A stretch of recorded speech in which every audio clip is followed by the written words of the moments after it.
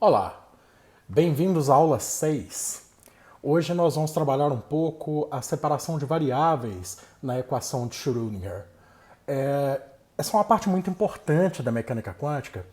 Por quê? Porque nós vamos trabalhar a evolução temporal dessa equação em toda a sua glória e também vamos trabalhar a questão da posição. Para isso, nós vamos usar alguns recursos de equações diferenciais ordinárias, né, dentro, um subtópico dessa equações diferenciais ordinárias, nós vamos precisar também trabalhar equações diferenciais parciais. Ou seja, nós vamos trabalhar da seguinte maneira. Nas equações diferenciais ordinárias, que eu vou simplesmente colocar aqui EDO, a gente trabalha com muita convicção as questões dos valores de contorno, né? Quais são os intervalos de contorno que a gente trabalha. Esse é o ponto-chave de qualquer equação diferencial. Quais são as soluções gerais que elas produzem, de acordo com os valores de contornos que lhes são impostos, ok? Baseado nisso, nós podemos ter aí, de maneira geral, desde o mais simples dentro da mecânica clássica, por exemplo, eu tenho aqui uma posição em função do tempo, né, que é uma coisa bastante recorrente, ou se eu estiver trabalhando em duas dimensões, né, eu posso ter, além do x, eu posso ter um y, um eixo y também para trabalhar essa mesma posição, né, em relação ao eixo y. Dentro disso aqui a gente pode trabalhar, né, de acordo com a diferenciação conveniente, achar a velocidade no eixo x em função do tempo, bem como a velocidade no eixo y em função do tempo, e por aí vai. Né? Se a gente fizer aqui essa diferenciação de x em relação ao tempo, nós vamos encontrar aí a nossa velocidade, né? Igual a gente costuma fazer ordeiramente. A mesma coisa também se fizermos para o y, né, em relação ao tempo, deu uma embolada aqui, mas foi, igual à velocidade no eixo y. Bom, isso pode caracterizar, por exemplo, um lançamento de projétil, né, que é uma coisa bem usual da gente fazer uma análise em duas ou até em três dimensões, mas não vamos complicar agora não, porque a quântica por si só já é bastante complicada. Vamos ficar nas duas aqui porque ela vai servir para ilustrar o que eu quero a respeito, para a gente poder tocar essa aula. Suponhamos que eu tenho um corpo aqui. Bom, o pessoal aí que está fazendo esse curso já tem uma noção de física bastante avançada, né? Então não vai ter, não vai estranhar o que eu vou fazer aqui. Chega aqui um projétil qualquer, vai descrever uma parábola, né? Um movimento parabólico. E nesse movimento parabólico eu tenho aqui, né, um corpo de massa m qualquer, perfeito? Na hora que eu for fazer a análise desse corpo, vou pegar aqui a canetinha azul, eu percebo que se eu for olhar a questão da aceleração, as velocidades já estão aqui bastante evidenciadas, mas eu tenho uma velocidade... Bom, vamos colocar aqui também, porque o diagrama de corpo livre é bem importante que a gente, pelo menos, esboce os vetores de maneira adequada, né? Nós temos aqui uma velocidade em x. Se não houver resistência, essa velocidade permanece constante, mas geralmente, né, em situações que envolvam física de nível superior, a gente sempre trabalha com a possibilidade de haver uma resistência, de ser um movimento resistivo, né? E aqui nós temos, bom, eu peguei aqui propositadamente o ponto mais alto da trajetória, né? Nesse ponto aqui, eu não tenho velocidade y, entretanto, a minha aceleração está sempre presente, né? Eu não posso nunca desprezar a minha aceleração. Eu tenho uma aceleração em y, que eu vou colocar aqui, né? Que é o meu g, e tenho também, por que não, uma aceleração aqui, uma vez que eu estou considerando que esse movimento aqui ele não é uniforme, né? Eu teria uma aceleração em x aqui também. Então, como é que eu calculo, né, essas acelerações? Bom, basta você fazer uma derivada da derivada, né? Seria a derivada segunda da posição. Mas aqui, para a gente, basta a gente pegar isso aqui e fazer a derivada da velocidade x em relação ao tempo, o que está aqui, que é igual a menos k vezes a velocidade de x. Bom, o que é esse menos k? Bom, eu estou considerando a questão da resistência, então esse k é uma constante que evidencia essa resistência. O pessoal da física aí já está bastante acostumado com essa nomenclatura, né? Da mesma maneira, eu posso pensar também na questão do y, né? A derivada da velocidade y em relação ao tempo vai me fornecer esse mesmo kVy. Então vamos colocar aqui kVy. Só que eu tenho que levar em consideração que existe uma gravidade aí nessa situação, né? Ou seja, se ele está com uma gravidade envolvida, essa gravidade sempre está apontada para o centro da Terra, então eu tenho sempre que considerar o meu g aqui. Beleza? Então, isso seria uma equação diferencial ordinária. Já que no meu caso, que eu fiz na UFMG, né, para quem é bacharel em física, que é o meu caso, você faz a equação diferencial A e B. As equações diferenciais A, você trabalha mais com Laplace, soluções gerais de Laplace. E as equações diferenciais B, você trabalha mais as soluções de Fourier, as transformadas de Fourier e por aí vai. Bom, esse foi um belo exemplo, inegavelmente um belo exemplo, um exemplo clássico de equações diferenciais ordinárias. Mas a gente precisa também trabalhar a questão da equação diferencial parcial. Então vamos colocar aqui, EDP, equação diferencial parcial.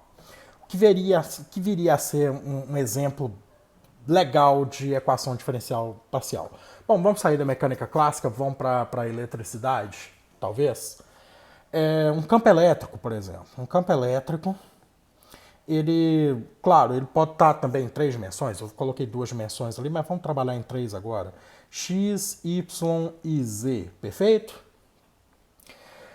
Eu posso, de uma maneira bastante, digamos assim, básica, né, calcular esse campo elétrico usando a primeira equação de Faraday, né, a primeira equação de Maxwell, perdão, usando a lei de Faraday. Então eu posso vir aqui e fazer uma integral simples e pura desse campo elétrico num diferencial de área, perfeito? E a gente encontraria a quantidade de carga distribuída uniformemente nessa área, né, pelo seu epsilon zero. O epsilon zero aí no caso, todo mundo sabe, não é novidade para ninguém, é a permissividade elétrica do meio. Perfeito? Bom, quando você vai avançando mais no seu curso, os formalismos vão ficando cada vez mais puxados, mais pesados, digamos assim, a gente chega num formalismo mais elegante, digamos assim, para expressar essa lei de Faraday. E essa lei de Faraday, ela pode ser escrita também dessa forma. Pode ser, vou colocar uma setinha aqui. Ele pode ser um nabla é um delta ao contrário. O nabla de E seria o que? A densidade total de cargas pelo epsilon zero. É muito comum quando você começa a ver eletromagnetismo, né? Você sai daquele fundamentos de eletromagnetismo e passa a estudar eletromagnetismo de fato, aí você tem que mudar um pouco o formalismo. Na verdade, a física ela te vence pelo cansaço, né? Tudo que você viu no seu ciclo básico, você vai ver na sua segunda metade com formalismo mais pesado, matemático um pouco mais pesado, porém mais elegante. E quando você chega numa pós-graduação, aí você vai ver teoria eletromagnética, aí você vai ver uma matemática muito pesada em cima disso aí. Você tem que desenvolver bastante essa matemática.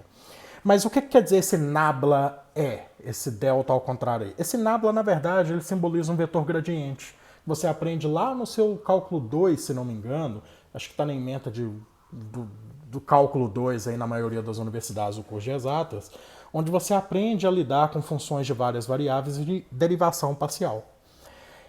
Na verdade, eu posso ainda ser mais elegante e escrever esse E como sendo o nabla, eu vou colocar esse sinal de menos aqui, porque é um vetor gradiente, né? Um nabla ao quadrado do potencial elétrico.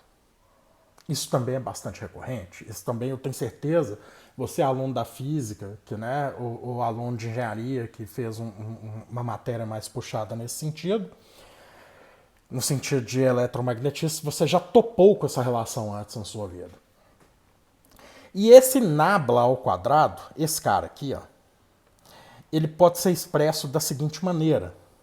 ele pode ser nabla ao quadrado de V como sendo o ρ sobre ε0, onde esse cara aqui, ó, deixa eu trocar a cor da canetinha, deixa eu voltar para o azul aqui, ó.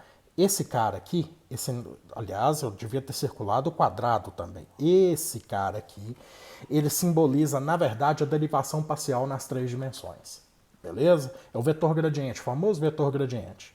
Então, o que acontece nisso aqui? Eu posso reescrever essa relação como sendo o del ao quadrado de V em relação a x2, tá aí, del, mais o del ao quadrado de V em relação a y2 e, de forma análoga, o del ao quadrado de V em relação ao z2. Isso aqui tem que ser igual ao ρ dividido por ε0. Maravilhoso isso, cara. Olha que deu até emoção agora de relembrar, né, esses desenvolvimentos tão elegantes para o eletromagnetismo. Então, essa introdução, na verdade, só serviu para poder, assim, contextualizar o que eu vou falar agora na mecânica quântica. A gente viu um exemplo bem, assim, clássico de uma equação diferencial ordinária, né, onde a gente usou o D, né, a derivação em relação apenas a uma variável. E aqui nós temos uma equação diferencial parcial, onde a gente usou uma derivação parcial, trocamos o D por del, né? E com isso a gente consegue agora, só relembrando como funcionam essas duas ferramentas matemáticas, a gente consegue agora migrar para a mecânica quântica de fato. Por que eu preciso disso? Porque eu preciso aplicar essa separação de variáveis dentro da equação de Schrödinger. Então, na verdade, quando a gente vai trabalhar essa separação de variáveis na mecânica quântica, a gente trabalha através do palpite. É isso mesmo. A gente tem que aplicar um palpite para ver como que essas variáveis vão ser separadas de maneira adequada. Mas como assim, Fernando? Ó, suponhamos, vamos pegar aquele potencial elétrico que a gente viu lá atrás. Se eu tenho um potencial elétrico aqui que ele depende de x, y e z, então tem aqui um x, o y e o z. Tá aqui. A gente parte do ponto que a gente pode separar as variáveis dele desde que a gente respeite uma seguinte regra. Que exista aqui um xão que seja dependente apenas de x, um yzão que seja dependente apenas de yzinho e um zão que seja dependente apenas de zzinho. Bom, e isso a gente pode aplicar em várias situações na física, não só na questão da eletricidade, mas uma equação de calor, por exemplo, a gente pode aplicar isso.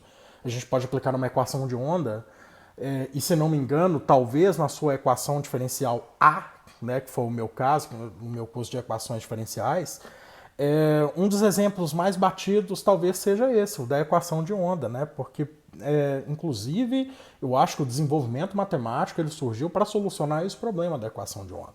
E o que seria isso, na verdade? Então, vamos só apagar. Não vou apagar porque isso vai ficar como nota da aula. Então, suponhamos que eu tenha aqui um exemplo. Então, vamos colocar aqui a equação de onda. Como é que ela funciona? As equações de onda, se eu pegar uma onda que esteja uma onda estacionária, beleza, eu tenho aqui uma corda de violão, por exemplo.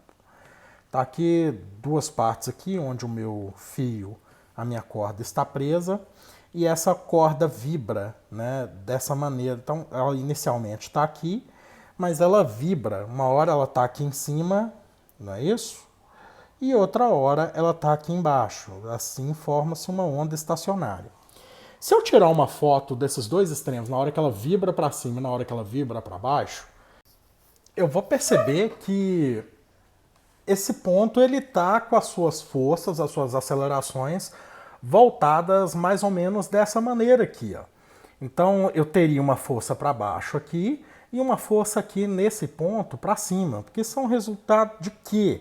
São resultado da força de tensão atuante aqui nesse fio, não é isso? Da mesma maneira que está aqui, ó. Então eu percebo, deixa eu dar um zoom aqui que vocês vão perceber do que eu estou falando. Deixa eu só, ficou meio tosco o desenho aqui, deixa eu só consertar. Pelo menos essa parte de cima para vocês entenderem do que eu estou falando. Aqui eu terei um vetor dessa maneira, aqui dessa forma, que simboliza a tensão. E aqui, né, eu teria, de fato, a resultante desses dois vetores aqui provocando a minha aceleração. De acordo com a segunda lei de Newton, né, onde eu tenho força sobrando, eu tenho acelerações sobrando. Então, a curvatura que essa corda exerce, ela vai resultar numa aceleração provocada em algum ponto que eu escolhi tirar uma foto ali. Então, matematicamente falando, eu posso ser um pouco mais audacioso. Eu posso simplesmente falar o seguinte, bom, então vamos colocar aqui de maneira organizada. A minha aceleração, ela é resultado de uma curvatura, não é isso? Deixa eu ver se está ficando legal no vídeo ali, tá. Ela é resultado de uma curvatura da corda.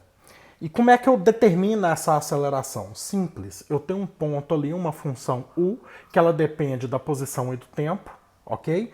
Então aqui eu terei uma posição aqui dependente da posição e do tempo. E quando eu fizer a derivada segunda dessa função, o x de t, vamos colocar assim, em relação ao tempo, então deixa eu só colocar aqui, em relação ao tempo ao quadrado, não é isso? Tem que ser igual a uma constante, aí essa constante ela é a questão da elasticidade da corda, da densidade da corda e de várias outras componentes que estão presentes nessa situação, componentes físicas, tá? Essa constante ao quadrado vezes a derivada também segunda desse u de x em relação ao tempo, né? Então seria uma derivada desse u em relação ao tempo. Tá aí. Isso, em relação à posição, perdão, isso aqui caracteriza uma função de onda, né? Uma equação de onda. Bom, de uma maneira geral, né, eu posso fazer o seguinte, eu posso vir aqui e calcular esse u de x de t aqui numa separação de variáveis. Essa separação de variáveis, na verdade, ela vai denotar que exista um palpite, né? Que exista um x que seja dependente apenas da posição e existe um t que seja dependente apenas do tempo, beleza? E isso aqui tem que ser substituído nessa relação aqui, beleza? Então, não percamos tempo. Aqui eu percebi agora, teve um erro de grafia aqui. Aqui é x, ok, pessoal? Perdão. Então tá aí, um u, aqui a derivada de u, aqui, vamos fazer esse negócio direito aqui, né? Não custa, a gente tá com um aplicativo bacana aqui, que dá pra gente fazer as coisas com calma, não precisa correr, não é isso? Apesar de que a aula vai ficar um pouco mais longa, mas eu acho que vocês vão tirar melhor proveito disso aí. Perfeito? Então tá aí. Então nós teremos que fazer uma substituição aí desse palpite de variáveis separadas dentro dessa relação aí, que é uma equação de onda. Bom, então vamos lá. Como é que ficaria isso? Vou mudar a cor da canetinha aqui, beleza? Ó, seria a derivada segunda em relação ao tempo. Então deixa eu só colocar isso bem evidente aqui. De alguma coisa. O que seria esse alguma coisa? Ali é uma função u que depende de x e de t. Então eu vou trocar isso por x, que depende de x, e t, que depende de t. Tá aí. Isso aqui tem que ser igual a uma constante ao quadrado que multiplica uma derivada parcial, um del ao quadrado agora em relação à posição, beleza? De também um x dependente de x, né? Então vamos colocar aqui, deixa eu só colocar um parêntese, né, para denotar que isso aqui é a derivada do termo inteiro. Então que seria aqui um x dependente de x e um t dependente de t. Fecha parêntese.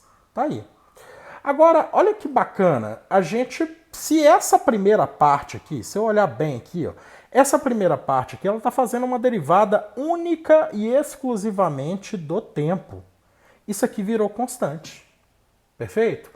A mesma coisa na hora que eu passar para esse lado de cá, quando eu estiver fazendo uma derivada única única exclusivamente em relação à posição, esse cara aqui agora é que vai virar uma constante. Então eles podem ir para fora dessa derivada.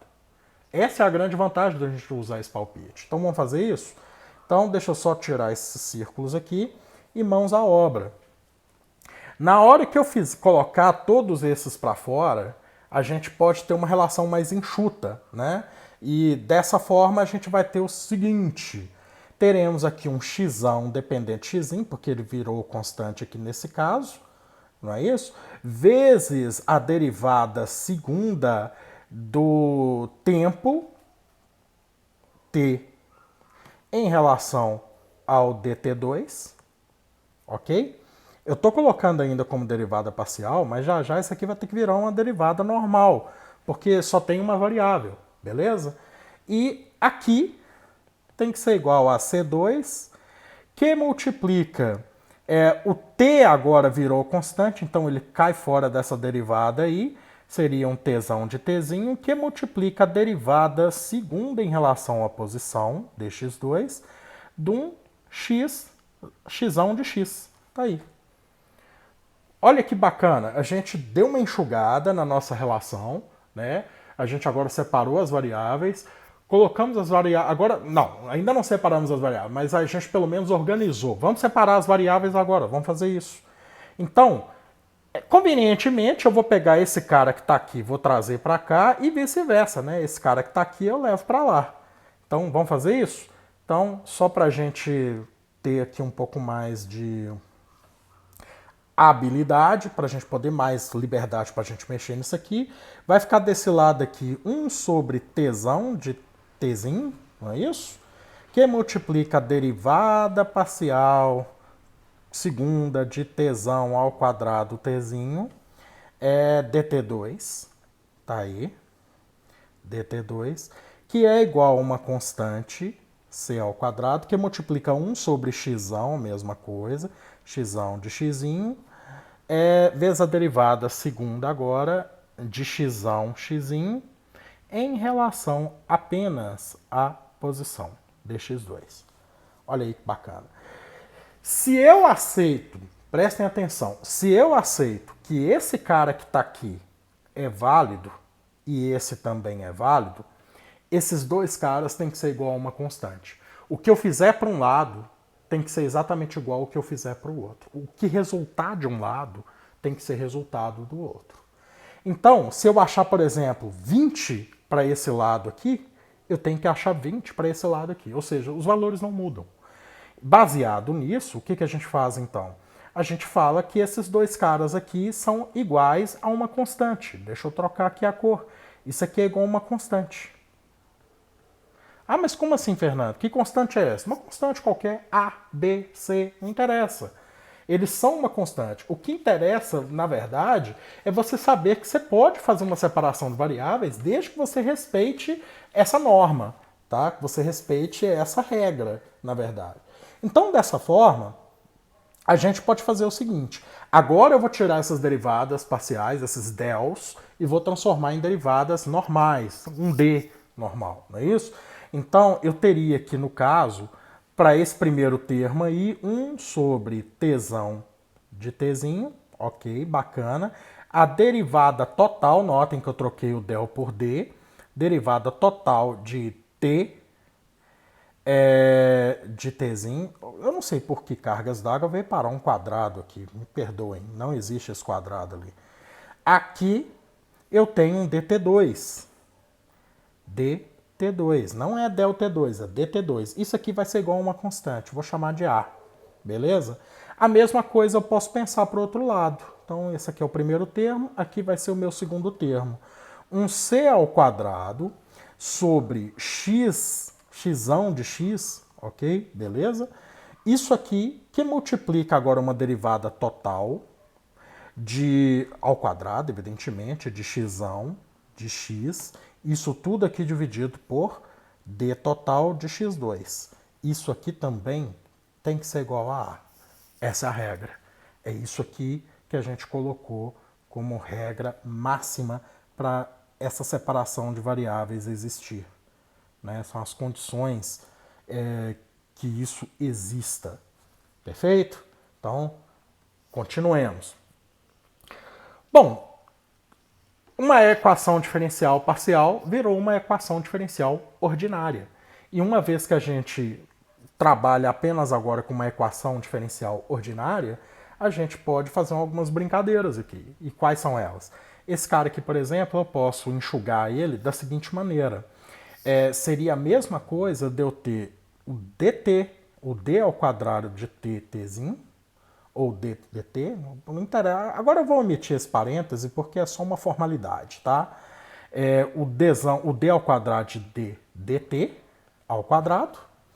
E isso aqui tem que ser igual a essa constante que multiplica o t que estava ali e passa para lá multiplicando. Ótimo. Isso aqui é bacana. Por quê? Porque isso vai ter uma solução geral bem conhecida. Vocês já viram, presumo, vocês já viram no seu curso de equações diferenciais ordinárias. A mesma coisa eu posso fazer com o segundo termo também, óbvio. Então eu posso chegar aqui e falar assim, olha, esse c2 ao quadrado aqui que multiplica o dx2, o d2, né, de x, né, dx2, perfeito? Isso aqui também tem que ser igual a A que multiplica x, né? E isso vai ter as suas...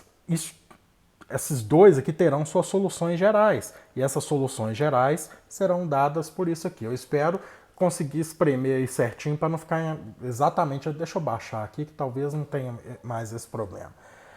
Porque senão ficaria atrás ali da minha tela. Então, esse primeiro aí, ele admite como solução geral, levando-se em conta as condições de contorno, não é verdade? Equações diferenciais ordinárias em problemas de valores de contorno. O famoso livro do Boyce de Prima, né? Foi lá que eu estudei isso e que eu consigo essas soluções gerais. Aqui, eu posso isolar o t nessa situação aqui. Isso tem uma cara que vai dar um resultado exponencial. Então, eu terei aqui uma constante normalizada que multiplica um resultado exponencial dessa raiz de A, porque esse A tem que ser elevado, não é isso? Vezes o T. Beleza, porque isso é uma derivada segunda. Ótimo, normal, tranquilo e sereno. A mesma coisa eu posso admitir aqui agora para o x, né? O x, ele vai admitir um valor também que depende da mesma constante normalizada, azão. E claro, ele também admite uma solução pautada no exponencial. E esse exponencial será agora a raiz de A dividida por C, que multiplica o x. Tá aí.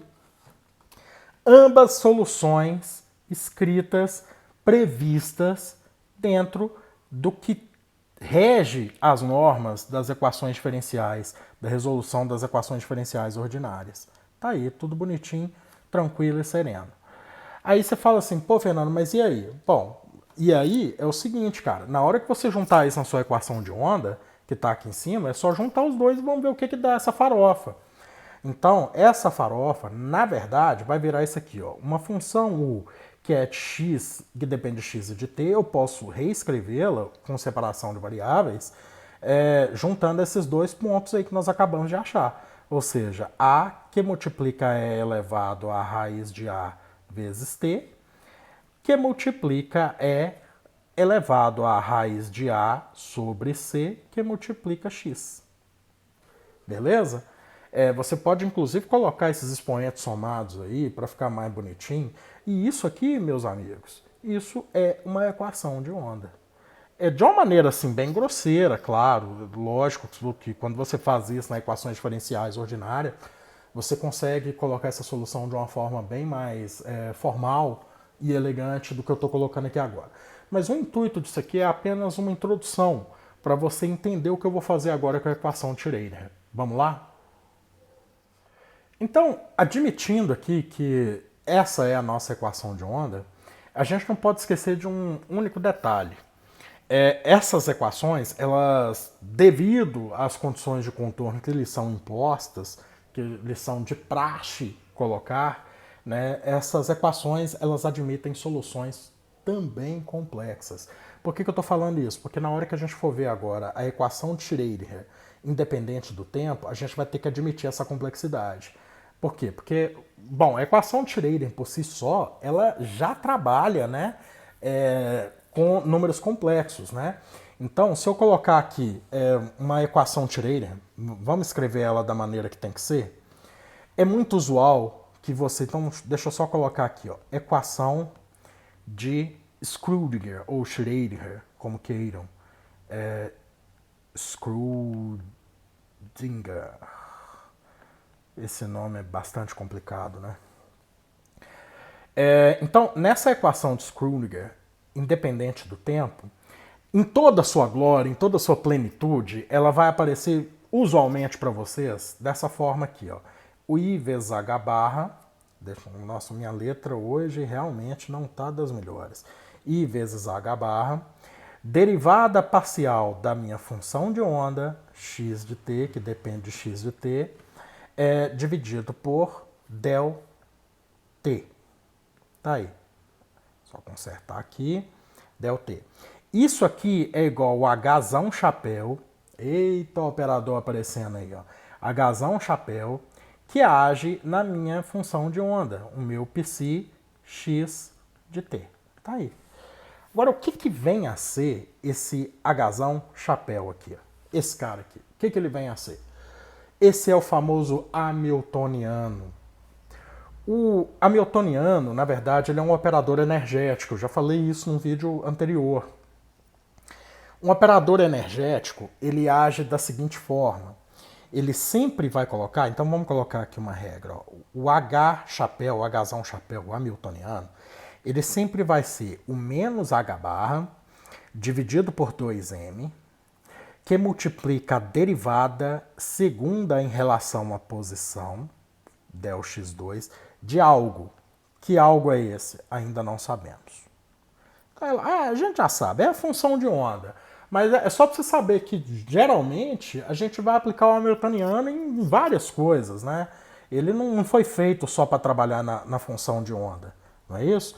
É somado aqui com o potencial de x, que também tem que ser agindo em alguma coisa que, no caso nosso aqui, preferencialmente será o nosso psi, a nossa função de onda. Então, eu posso, de veras, reescrever essa minha equação aqui de uma forma mais aberta, mais, digamos assim, destrinchada, né, que eu costumo falar. Então, isso vai virar IH barra, que multiplica del de psi x de t, tá aí, em relação a t, del t. Isso aqui que tem que ser igual a menos h barra sobre 2m, tá aí, opa, menos h barra sobre 2m. Isso aqui que multiplica o del ao quadrado de psi x de t. Isso aqui em relação apenas à posição agora, dx2, não é isso? Exatamente, dx2, tá aí. Mais o v de x, que multiplica o nosso também famigerado psi, x de t, nossa função de onda. Perfeito? Então, essa é a função de onda, né, na sua plenitude, aberto, usando o hamiltoniano. O que eu quero que vocês guardem? Isso aqui principalmente. Por quê? Porque eu posso reescrever essa forma, pode aparecer para vocês dessa forma aqui mais enxuta, e você tem que saber como que um operador energético, como é o caso do hamiltoniano, ele abre a função de onda. Beleza, pessoal? Então, vamos adiante. Dito isso, a gente agora vai tentar fazer uma separação de variáveis nessa função de onda, né? Então, é o que nós vamos fazer.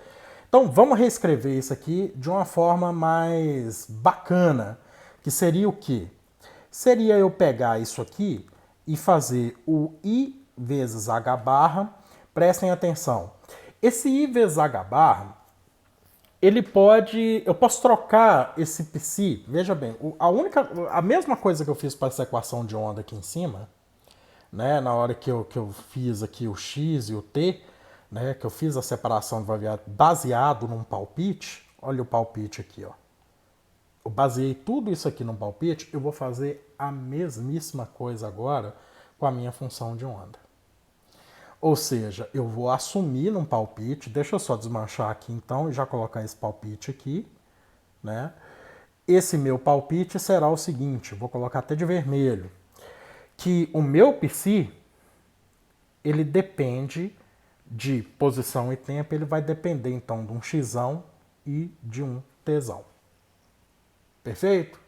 Então, vamos fazer isso, vamos trabalhar dessa maneira que a gente vai tentar, né, resolver isso de uma maneira mais justa, de uma maneira mais separada e que respeite as normas da separação de variáveis. Bom, esse primeiro termo, então, eu já posso escrever ele da seguinte forma. Ele vai virar I vezes H barra, aí tá aí, ó, o del psi x de t, del t. Ou seja, eu já vou botar aqui já substituindo, tá? O x, como ele depende apenas de t aqui, eu já vou botar o x aqui como uma constante. Ou seja, x del t, ok? Del tzinho. Ah, Fernando, mas é del ainda? Você já que tá só de tzinho, pode colocar d de uma vez? Pode, cara, pode colocar, mas deixa eu colocar a coisa aqui de uma maneira mais organizada, porque senão também eu vou atropelando coisas demais e para vocês pode ficar um pouco difícil de acompanhar. Então, se eu estiver sendo muito repetitivo aqui, vocês me perdoem já de antemão, para eu poder, pelo menos assim, mostrar o que eu estou fazendo com mais calma, né? Então, isso aqui vai ser igual ao meu Hzão, né? O meu Hzão não, o meu H sobre 2M, tá aqui, bonitinho. É H ao quadrado, né, pessoal? Aqui também é H ao quadrado, perdão. O meu H ao quadrado sobre 2M. E ali tá del 2 de psi del x2, ou seja, uma derivada que depende apenas da posição. Se ela depende apenas da posição, o meu tzão agora é que vira uma constante. Então eu já vou botar ele aqui na frente para já aliviar meu meio de campo. E o resto agora eu faço com relação a x. Ou seja, vai ser um del 2 de x dividido por dx2. Perfeito.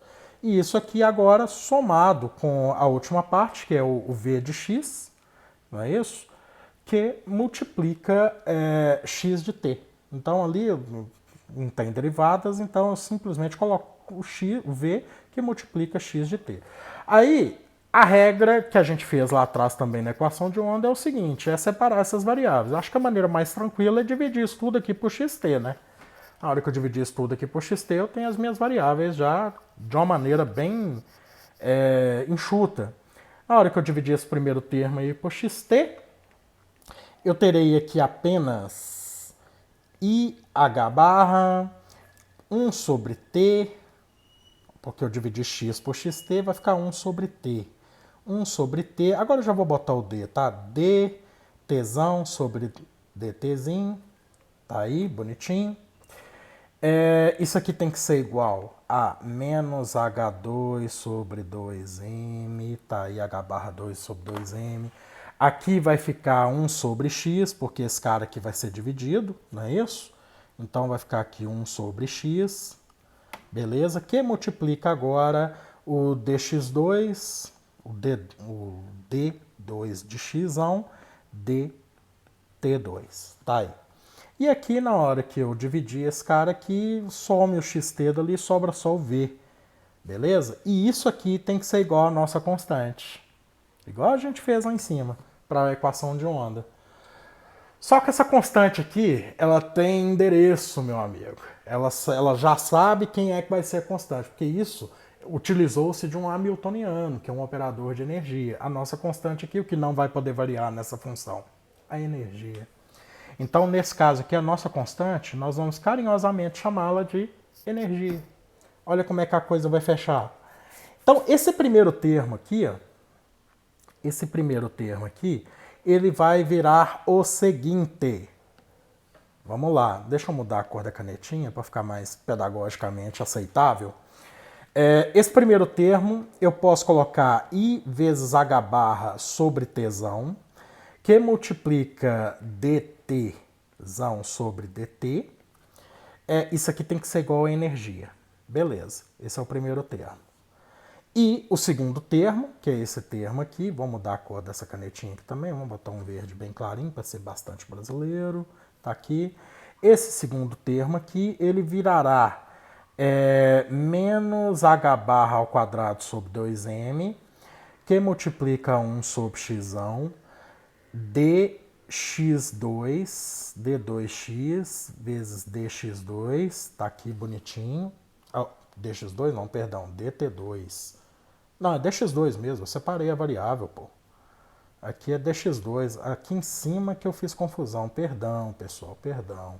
Aqui é x, tá, galera? Perdão, eu separei a variável, pô. Foi o vício de escrever. Então aqui é dx2, tá aí bonitinho, perfeito. E isso tem que ser somado ao meu Vzão e tem que ser igualado também à energia. Tá aí. Acho que nós cumprimos bem essa missão de separar as variáveis aqui. Isso aqui é a equação de Schrödinger dependente do tempo e essa parte aqui é a parte independente do tempo. Olha aí que bacana. A gente fez uma separação de variáveis de forma bem conveniente para poder achar esses dois resultados. Então vamos trabalhar parte a parte e vamos ver o que dá. Por exemplo, essa parte temporal, essa primeira equação aí. Vou mudar agora para uma canetinha verde, musgo, para a gente poder trabalhar assim. Então vou colocar parte temporal. Parte temporal. Essa parte temporal, ela é bacana pelo seguinte. Tem uma solução geral bastante simples, que a gente acabou de ver lá na questão da equação de uma onda normal. Que seria o quê? Na hora que eu pegar esse cara aqui, ó, e igualar ele à energia, eu posso deixa eu só copiar ele aqui então, porque talvez seja necessário, porque eu vou mudar a página aqui, né? Então tá aqui. Esse cara aqui talvez seja legal eu trabalhar ele da seguinte maneira. Ele pode ser levado a ser desenvolvido como isso aqui, ó. E H barra, eu vou mudar deixar só o DT aqui. Olha se vocês concordam com isso que eu vou fazer. DT aqui embaixo, DTzinho. Isso aqui tem que ser igual a E que multiplica T, igual a ET. Eu posso ser ainda mais audacioso, eu quero separar, vou mandar esse cara lá para o outro lado. Esse cara aqui vai para o outro lado da seguinte forma, ó, dt sobre dtzinho é igual a ET, vamos colocar assim, ET, sobre IH barra. Mas espera aí, opa, deixa eu consertar esse Hzinho aqui que ficou meio esquisitão. IH barra, tá aí. Só que esse i, por ser uma variável complexa, eu trabalhar com ela no denominador não é muito legal. Vamos mandar ela para cima. Ela vai para cima com o sinal trocado. Então eu posso simplesmente chegar aqui, ó, tirar esse i daqui e botar ele aqui com um sinal de menos na frente. Beleza? Olha, isso aí é bastante conveniente, porque essa evolução temporal da equação de Schrödinger, ela tem uma solução geral. Então vamos colocar assim, solução geral admitido nas equações diferenciais ordinárias, levando-se em conta, evidentemente, as condições de contorno, que esse tempo t ele vai ser dado por uma constante normalizadora, azão, constante qualquer azão, que multiplica o E, né, porque isso aqui é a cara de fazer um exponencial, vezes Iezão, Hzinho, barra vezes tzinho. Por que eu fiz isso? Porque eu separei as variáveis. Uma vez que eu separo essas variáveis, aquele t que virou uma solução geral, ele não é mais uma função, ele vira um número, ele vira um valor, né? Então eu tenho que transformá-lo de volta em tzinho nesse caso. Então, aqui eu tenho como solução geral dessa equação esse cara aqui, ó. Então, fica bastante evidente que a evolução temporal é uma coisa muito usual, cara. E detalhe, né? Já normalizado, digamos assim. Na aula passada a gente trabalhou normalizações, né? Algumas aulas passadas aí. Hoje a gente está vendo por que tem aquela constante normalizadora, né? Já a parte de posição, pessoal, ela não muda muito não, tá? Porque ela é um pouco mais chata, um pouco mais complicada de ser trabalhada. Então eu não posso simplesmente chegar aqui e admitir uma solução geral para ela por uma questão muito simples. Ela ela tem esse V aqui, ó, tá? Esse V que tá aqui, ó. E uma vez que esse V tá aí, cara, eu não posso admitir uma solução geral, porque não é tão simples assim, né? Isso vai requerer um pouco mais de trabalho. Mas uma coisa eu te falo, você bate o olho nessa relação que está aqui, você percebe claramente que ela é dependente do hamiltoniano, né? Que é um operador de energia. Então, daí que vem essa história. Eu posso simplesmente chegar aqui e colocar a seguinte situação. Na hora que eu separar, tá, deixa eu colocar aqui para organizar. Aqui eu coloquei parte temporal, aqui eu coloco a parte da posição. Vamos colocar assim, parte da posição.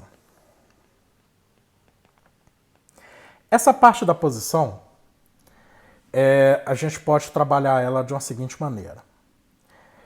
Se tudo aqui está sendo multiplicado por x, né, e é essa a ideia que eu quero dessa situação, eu posso simplesmente admitir que aqui eu vou ter um menos h2, um menos h barra elevado ao quadrado dividido por 2m. Isso aqui que multiplica a derivada segunda desse x aí, dividido por dx2. Tá aí, beleza, bacana. Que soma, na verdade, esse potencial aí, vezes o x, que é igual a EX. Olha, eu multipliquei tudo por x, na verdade. Então, eu posso reescrever isso aqui como um hamiltoniano. Ou seja, eu posso virar aqui e falar assim, olha, o H chapéu disso aqui, vezes o x, é igual a energia vezes o x. Eu posso simplesmente... Você vai topar muito com essa relação aí, pessoal. Muito. Não é pouco, não. É muito. Então, isso aqui é a equação de Schrödinger dependente do tempo. Aqui eu tenho a independente do tempo. Aqui eu tenho a dependente do tempo. Beleza? Então, beleza, pessoal. Eu espero que vocês tenham, pelo menos assim, entendido como funciona essa dinâmica da separação de variáveis e aplicá-las à mecânica quântica, de fato. E a aplicação dessas variáveis na mecânica quântica, ela vai ter muita coisa, muita possibilidade. É uma baita de uma ferramenta para os capítulos que vêm a seguir. Perfeito, pessoal? Então, até a próxima aula.